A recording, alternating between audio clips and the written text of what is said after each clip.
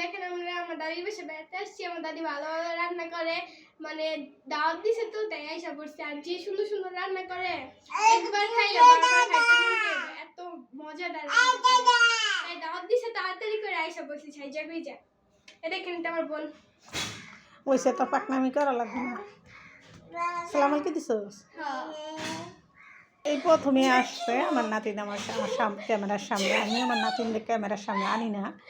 অনেক অনেক কমেন্টে আসে, বাজে কমেন্ট করে, তখন আমি কী বলবো, আমি একটা বয়স্ক মানুষ, তো সবসময় তো আর সবার বয়স তো একরকম থাকে না।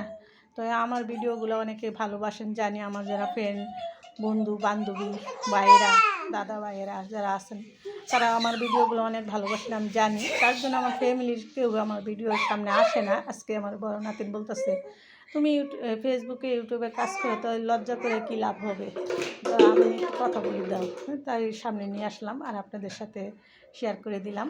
আপনারা আমার ভিডিওগুলো যদি ভালোবেসে থাকেন অবশ্যই আমার পাশে থাকবেন, আর অনেক অনেক ভালোবাসা রইল। তো ভিডিওটা ভালো থাকবেন, আল্লাহ হাফেজ।